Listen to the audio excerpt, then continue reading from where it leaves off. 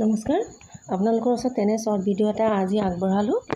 এয়া কেঁচাপাত কটনৰ ভিতৰত হ'ব কাপোৰ কেইযোৰ, কাৰণ কাষ্টমাৰে খুবেই ভাল পাইছে কেঁচাপাত কটনৰ, সেইকাৰণে আপোনালোককো দেখুৱালোঁ। এইটো পেৰট গ্ৰীণৰ ভিতৰত হ'ব, চাব পাৰে আপোনালোকে। ফুলখিনি এনেকৈ থাকিব, বুটাখিনি সৰু ডাঙৰকৈ মিলোৱা আছে, ওপৰত সৰু সৰুকৈ থাকিব, আঁচলটো তেনেকুৱা, আৰু মেখেলাখনো ঠিক তেনেকুৱাই হ'ব, আৰু লগতে ব্লাউজ পিচটো থাকিবই। যদি ভাল লাগে আপোনালোকে ল'ব পাৰিব। এইটো পেৰট গ্ৰীণৰ ভিতৰত হ'ব। এয়া ফটোখন মই লগাই দিছোঁ, আৰু ইয়াৰ পিছৰ যোৰাটো চাব পাৰে আপোনালোকে, চকলেট কালাৰৰ ভিতৰত হ'ব। এইটো খুব ধুনীয়া এটা কালাৰ, খুব সুন্দৰ, সকলো মহিলাকে এইটো সাজিব।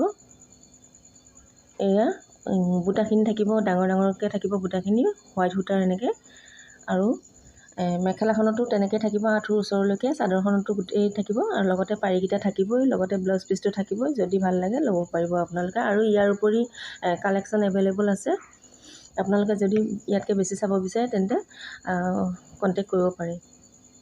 ইয়াৰ পিছত যোৰাটো চাওক, এইটো অফ হোৱাইটৰ ভিতৰত হ'ব, পটিকেইটা লগোৱাই থাকিব, চাদৰ তেনেকৈ সৰু ডাঙৰ বুটাখিনি থাকিব এখন চাদৰৰ আঁচলটোত, আৰু মেখেলাখনো ঠিক তেনেকুৱাই হ'ব।